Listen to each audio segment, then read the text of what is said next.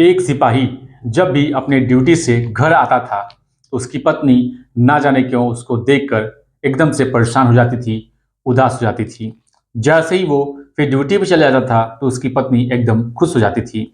ऐसा पहली बार नहीं था, ऐसा कई बार होता है। जब भी इस तरह से उसके परिवार वाले, उसके घर वाले उसको देखते हैं तो अपने बेटे से ये बात कहते हैं बेटा, तुम जब भी ड्यूटी से घर आते हो तो न जाने क्यों तुम्हारी पत्नी बहुत ज़्यादा परेशान हो जाती है, उदास हो जाती है। उसके चेहरे पे एकदम उदासी छाई जाती है। लेकिन तुम जैसे ही ड्यूटी पे चले जाते हो, तुम्हारी पत्नी एकदम से खुश हो जाती है। आखिरकार बात क्या है? अब सिपाही को जब ये बात पता चलती है, तो सिपाही भी थोड़ा सोचने लगता है। वो भी परेशान हो जाता है कि आखिरकार ऐसी क्या बात है, क्या परेशानी है कि जब मैं घर जाता हूँ तो उदास हो जाती है, जैसे ही मैं ड्यूटी पे आ जाता हूँ तो एकदम से खुश हो जाती है। अब सिपाही थोड़ा परेशान हो जाता है।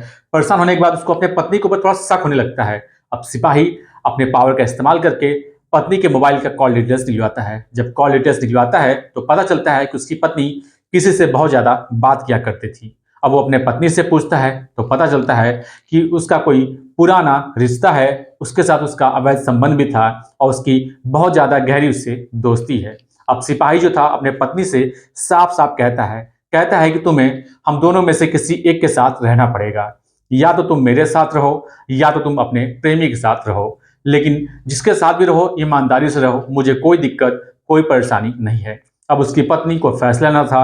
अब जैसे उसकी पत्नी फैसला लेती है, फैसला लेने के कुछ दिनों के बाद ही 2 कत्ल होते हैं। और उन 2 कत्लों की वजह से पूरा हंगामा खड़ा हो जाता है, प्रदर्शन करने लगते हैं, ये मामला मुख्यमंत्री तक पहुँच जाता है। अब पुलिस इस मामले की जाँच-पड़ताल में जुट जाती है। जब इस घटनाक्रम का खुलासा होता है, तो लोगों को यकीन नहीं होता है कि कत्ल की ये वजह हो सकती है। नमस्कार, मैं विपिन। आज की जो सच्ची घटना मैं आपको सुनाने जा रहा हूँ, ये सच्ची घटना है उत्तर प्रदेश की राजधानी लखनऊ का एक जगह है काकोरी, और काकोरी में ही एक जगह पड़ता है नगवा पुल। दरअसल नगवा पुल के पास में ही 2 लाशें पड़ी हुई थीं। उधर से एक राहगीर गुजर रहा था। राहगीर को लगता है उन दोनों लाशों को देख करके कि शायद कोई 2 शराबी होंगे जो शराब पीकर पड़े हुए हैं। अब वो राहगीर उनके पास जाता है। ये मैं जो बात कर रहा हूँ 21 मार्च 2025 की रात लगभग 10 बजे के आसपास की बात कर रहा हूँ। वो राहगीर उनके पास जाता है। जाने के बाद जैसे उनको देखता है तो उसकी चीखें निकल जाती हैं। वो ज़ोर-ज़ोर से चिल्लाने लगता है। जितनी तेज़ चिल्ला सकता है उतना तेज़ वो चिल्लाता है, ताकि आस-पास जो लोग हैं, जो गाँव के लोग हैं, वो मौके पर आ जाएँ। दरअसल जो लाशें थी वो ऐसे स्थिति में थी कि कोई भी देख के डर जाएगा, खून से लथपथ थी। देखने से ऐसा लग रहा था कि कोई इनको बहुत ही बेरहमी से मारा है और काटा है। अब उसकी चीखने की आवाज़ सुनकर जो आसपास के जो ग्रामीण थे वो मौके पर आ जाते हैं। उनके आने के बाद फिर इसकी सूचना पुलिस को दी जाती है। मौके पर पुलिस भी आ जाती है। अब पुलिस आती है, दोनों शव को उठाती है, कब्जे में लेती है, पोस्टमार्टम के लिए भेज देती है। अब पुलिस के सामने कई सवाल खड़े हो रहे थे कि आखिरकार ये दोनों कौन हैं, यहाँ पर कैसे आए हैं, इनकी हत्या किसने की है, क्या कारण रहा होगा। अब पुलिस इस मामले की जांच पड़ताल में जुट जाती है तो पता चलता है कि जिस जगह पे ये घटना हुई थी वहां से करीब 5 किलोमीटर की दूरी पर एक गांव होता है पानखेड़ा, और उसी गांव में एक किसान थे जिनका नाम था रमेश चंद बेटा उनका होता है, जो एक उसमें से रोहित राजपूत नाम था जिसकी उम्र 26 साल होती है। दूसरे जो किसान होते हैं उनका नाम राम नरेश होता है। उनका जो दूसरा जो उसमें लाश था वो मनोज राजपूत यानी कि दूसरे वाले किसान राम नरेश के बेटे की लाश होती है। उसका नाम मनोज राजपूत होता है जिसकी उम्र 23 साल होती है। जो रोहित राजपूत था उसकी उम्र 26 साल थी। उसकी हाल ही में रेलवे में टेक्नीशियन के पद पे नौकरी लगी थी। और जो मनोज राजपूत होता है जो कि 23 साल का होता है वो अभी आईटीआई का स्टूडेंट होता है। इतना पता चलने के बाद अब पुलिस वाले उसके परिवार से सवाल जवाब करते हैं, पूछते हैं कि आखिरकार आपके बेटे की हत्या कैसे हुई, किसने की, क्या किसी से कोई दुश्मनी थी, ये सब वहां कैसे पहुंचे। तो पता चलता है कि 21 मार्च 2025 की रात लगभग 8 बजे के आसपास ये दोनों लड़के रोहित और मनोज घर से ये कहकर कहकर एक लालता खेड़ा गांव है वहां गए थे, ये कहकर कि वहां पे जन्मदिन की पार्टी है, वो जन्मदिन की पार्टी में जा रहे हैं और आने में उनको थोड़ी रात हो जाएगी, इसलिए परेशान ना हो। लेकिन आती है तो उनकी खबर मरने की आती है। अब पुलिस पूछताछ करने के बाद उनकी जो पोस्टमार्टम रिपोर्ट थी वो भी आ जाती है।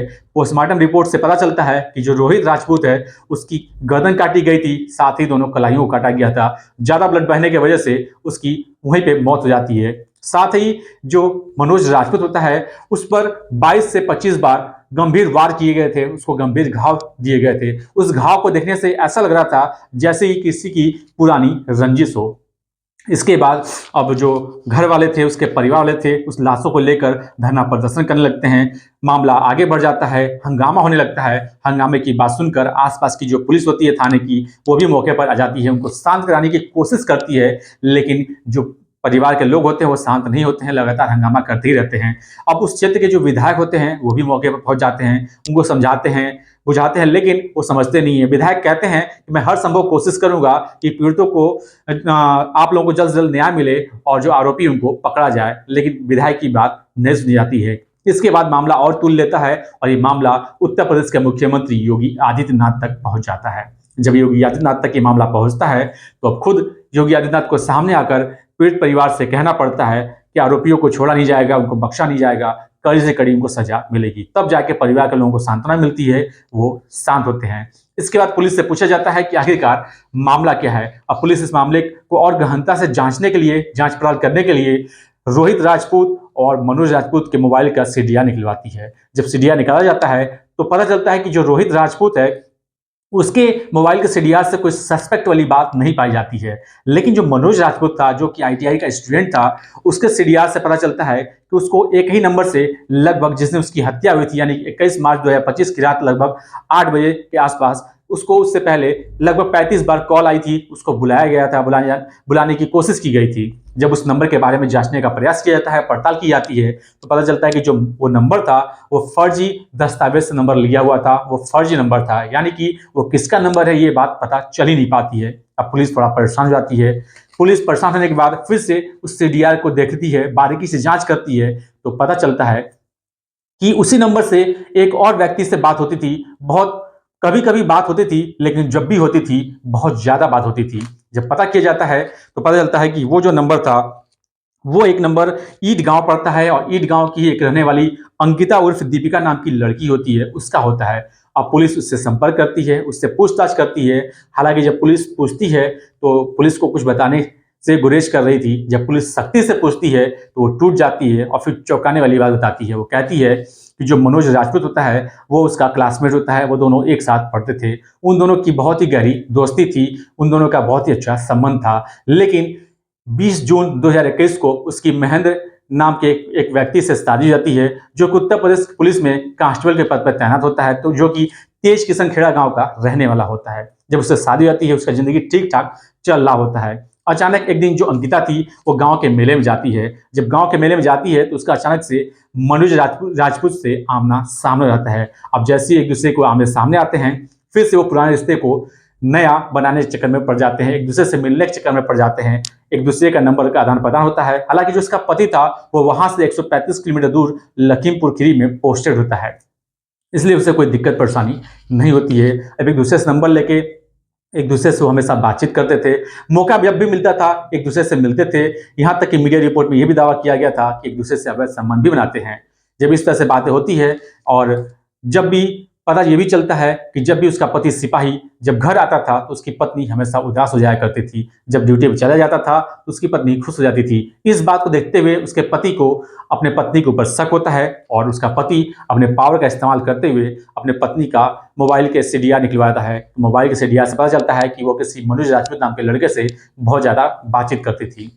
तभी वो अपने पत्नी से पूछता है, कहता है कि तुम्हारी सारी करतूतें मुझे पता चल गई है, तुम्हारे बारे में सब कुछ पता चल गया है, तुम मनोज राजपूत नाम के लड़के से बातचीत करती हो, उसके साथ ऐसा ऐसा करती हो। जब इस तरह की बातें होती है तो उसकी पत्नी संकोच में लगती है, डर जाती है। जब लगातार वो सिपाही यानी कि महेंद्र अपने पत्नी से इस तरह की बातें कर रहा था तो कहता है कि या तो तुम्हें मुझे यानी कि अपने पति को चुनना पड़ेगा या तो तुम्हें मनोज के साथ जाना पड़ेगा, दोनों में से तुम किसको चुनना है तुम्हें, तुम फैसला कर लो।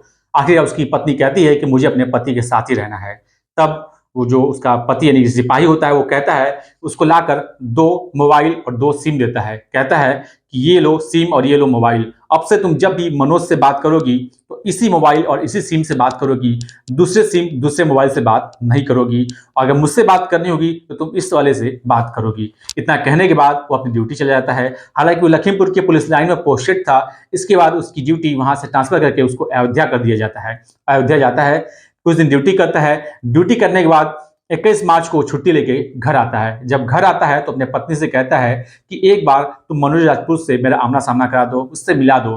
मैं कुछ नहीं खाऊंगा, कोई झगड़ा कोई लड़ाई नहीं करूंगा, बस मुझे मिला दो, मैं एक बार आमने सामने होकर उससे बात करना चाहता हूँ, पूछना चाहता हूँ। जब लगातार इस तरह से अपने पत्नी को कहता है, पत्नी उसकी मान जाती है, वो मनोज राजपूत को फ़ोन करती है। जब फ़ोन करती है तो मनोज राजपूत किसी तरह से बहाना करके फ़ोन काट देता है। इसके बाद वो 1 बार करती है, 2 बार करती है, 3 बार करती है, यानी कि कुल लगातार वो 35 बार मनोज राजपूत को फ़ोन करती है। मनोज आखिरकार थक-हार के फ़ोन को उठाता है, कहता है कि हाँ बताओ क्या बात है? वो कहती है कि मुझे तुमसे मिलना है। वो कहता है कि मैं खाली नहीं हूँ। जब लगातार दबाव बनाती है कि नहीं मिलना ही ज़रूरी है, बहुत ज़रूरी है, तो कहता है ठीक है, बताओ किस जगह पे मिलना है? तो वो जगह बताती है कि एक जगह है बरकताबाद, बरकताबाद में ही आके मिलना है। अब जो मनोज होता है वो अपने एक दोस्त रोहित को लेता है और कहता है कि यार थोड़ा चलते हैं, ज़रूरी काम है। फिर जब निकल रहे थे घर से, जब घर वाले पूछते हैं तो उनसे कहता है कि हम लोग एक जन्मदिन की पार्टी में जा रहे हैं और वहाँ से जल्दी पार्टी मना के हम लोग वापस लौट के आ जाएँगे। इसके बाद वो दोनों बाइक से बरकताबाद में जाते हैं। जाने के बाद जब देखते हैं तो उसकी पत्नी वहाँ पे उसका इंतज़ार कर रही थी। अब उससे मिलते हैं, उसकी पत्नी उसको समझाने की कोशिश करती है, उसकी प्रेमिका कहती है कि ऐसा है कि आपसे हम लोग कभी शायद मिल नहीं पाएँगे, इसलिए तुम अपने रास्ते जाओ, मैं अपने रास्ते जाता हूँ। एक-दूसरे से काफ़ी देर तक वो बातचीत करते हैं। उधर जो उसका पति सिपाही होता है, वो अपने 3 और साथियों के साथ पास में ही छिपा हुआ था, मौके की तलाश में था। अब जैसे ही ये मनोज राजपूत और रोहित मिल करके प्रेमिका से जाने की कोशिश करते हैं बाइक से, तभी अचानक से वो अपने साथियों के साथ सिपाही उन लोगों को घेर लेता है और घेरने के बाद एक धारदार हथियार से वार करता है, वो बाइक पर से गिर जाते हैं। इसके बाद मनोज राजपूत और रोहित से उन तीनों साथियों का और उस सिपाही का जबरदस्त खूब जमकर मारपीट होती है। उस मारपीट के दौरान जो उसकी पत्नी थी अंकिता, वो भी बीच बचाव करने आती है, लेकिन उसको भी धक्का देते हैं, उससे भी हाथापाई करते हैं। काफ़ी देर तक होने के बाद फिर मनोज जो सिपाही था वो मनोज के ऊपर, रोहित के ऊपर एक धारदार हथियार से वार करता है। इतनी बार वार करता है कि ना जाने कब खुद उस सिपाही की उँगली कट कर वहाँ गिर जाती है, उसको पता ही नहीं चलता है। इसके बाद और ज़्यादा गुस्से में आ जाता है। अब गुस्से में आने के बाद जो रोहित होता है, रोहित के गले पर वार करता है और उसके हथेलियों पे वार करता है। रोहित की एक ही बार में मौत हो जाती है। इसके बाद जो मनोज राजपूत था, मनोज राजपूत का 20 से 22 बार यानी कि 25 बार धारदार हथियार से उसके ऊपर वार करता है, उसको गंभीर घाव देता है। इसके बाद उसकी भी मौत हो जाती है। मौत होने के बाद वो सिपाही वहाँ से चला जाता है। वहाँ से जाने के बाद अपनी ड्यूटी पे चला जाता है, ये सोचकर कि कभी इस घटनाक्रम का खुलासा नहीं होगा, वो कभी पकड़ा नहीं जाएगा। लेकिन पुलिस जब इस मामले की जाँच-पड़ताल करती है, तो सिपाही भी पकड़ा जाता है, उसके 3 जो साथी वो भी पकड़े जाते हैं। साथ ही जो उसकी पत्नी थी अंकिता उर्फ दीपिका, वो भी हिरासत में ले ली जाती है। सभी के सभी को जेल भेज दिया जाता है। दोस्तों, इस पूरे घटनाक्रम को सुनाने का उद्देश्य किसी को परेशान करना नहीं है, किसी का दिल दुखाना नहीं है, बल्कि आपको सचेत करना है, आपको जागरूक करना है। आप जहाँ भी रहें, अपनों का ध्यान रखें और स्वस्थ रहें। जय हिंद, जय भारत, नमस्कार।